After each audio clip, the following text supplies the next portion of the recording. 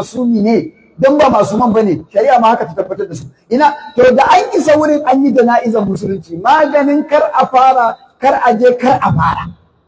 tun farko a wajen sunan a gane cewa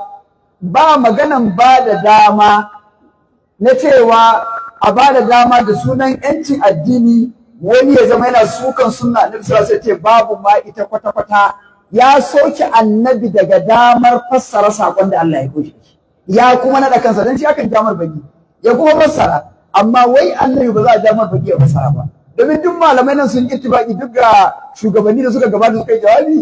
cewa aikin ma'aiki alaihi salatu wassalam shine sharhin sakon da ya zo da shi na Qur'ani amma yau ka tuɓe shi daga wannan matsayi ka ce bai da daman fassarawa ya isar da baki kawai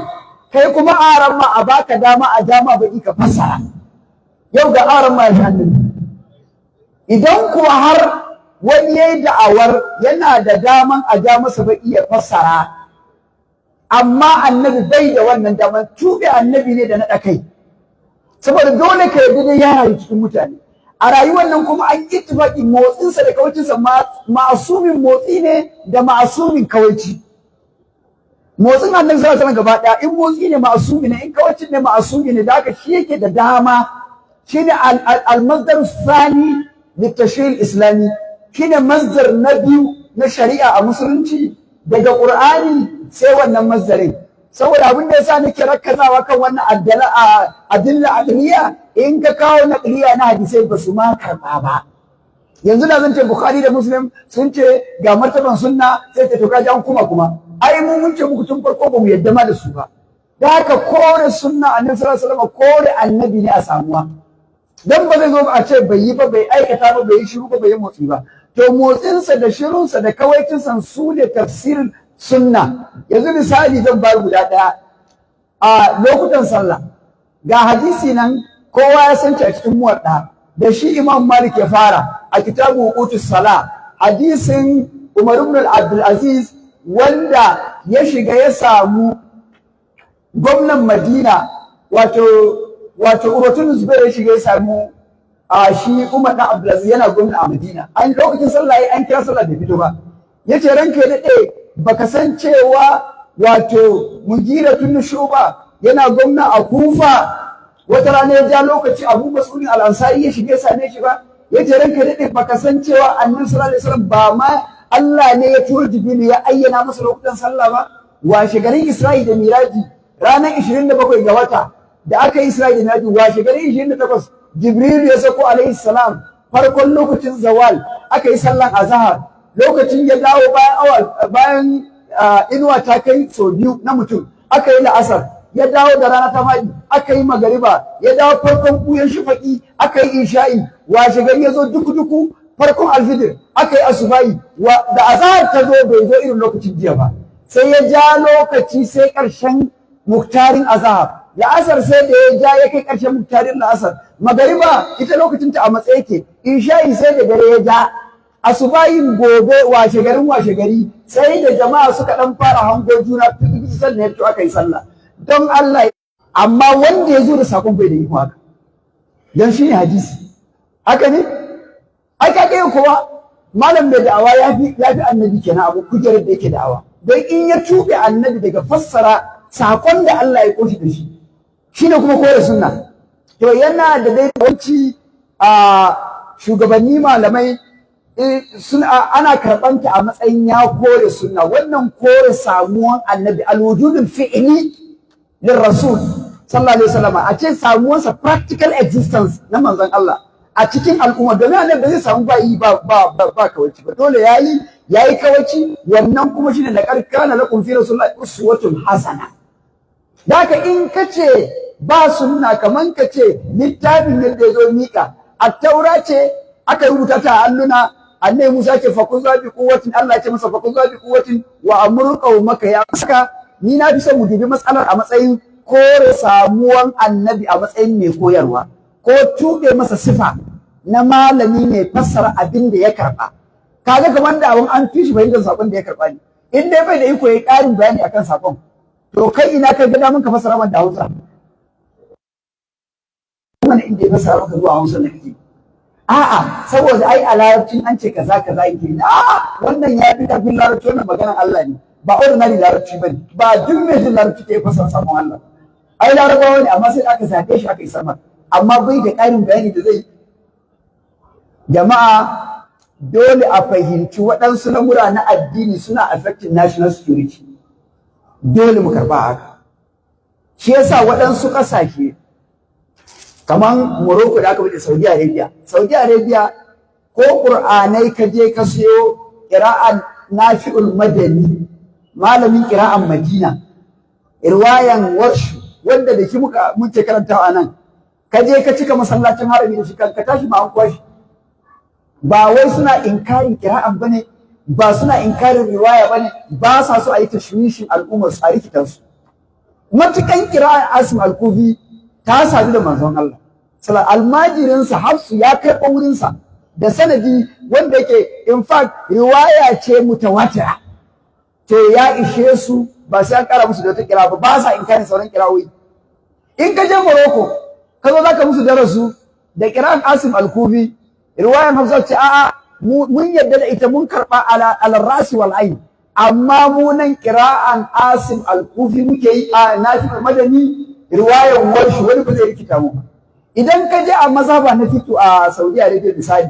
generally sun fi amfani da mazhaban Imam Ahmad ibn Hanbal radiyallahu ta'ala anhu, wanda idan ka je zaka bada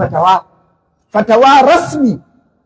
da wata mazhabar da ba Hanbaliya ba ko ba mazhabar da gwamnati ta karba ba, sun yadda ba Allah ya yi karba, sun yadda da gurin Annabi, sun yadda koyar musulunci ne, amma dan a zauna lafiya ba za su yadda ba. Idan ka je ko yadda gona mu da shigo da kai komai ana shigowa da shi ba ka'ida, to haka na addini ma aka bashi poros boda a buɗe, kowa na iya shigo da abin da ya ga dama ran da ya ga dama, yau ya kafa ya samu almajirai a yi tarki. To ni abin da ke nema tare da bambance-bambancen mu, ina ganin yana da muhimmanci shugabanni su samar da wani tsari mai faɗi da zai game mu da muka san ga inda ake. Saboda me abinda duk muka taru kan imani da shi kamar alqur'ani da sunnan manzo Allah sallallahu alaihi wasallam muka taru kan imani da shi, to wannan tare za mu yi rubdugu mu yaƙi duk wani tunani da zai kore sunnan manzo Allah. Ba za a zo ana gabatar da sunna a matsayin wai da kitab da sunna masdaran ne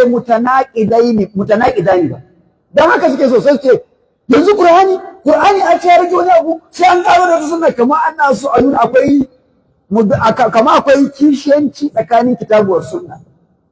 Ana ganewa yan uwa, bayan kuma wannan shi yafi komai hadari, kitab din shine target na gaba, ana gama da sunna za a faɗo kan Qur'ani. Domin zai zo ya bude maka sunnan, ya dauko maka wasu hadisi a kitabul Qur'an a cikin Bukhari, ya kawo maka qira'an Abdullahi dan Mas'ud, na san duk malamai sun karanta ta. Lokacin da Abu Dardai yana Sham, aka yi bako, ya zo ya samu abin da ya zo samu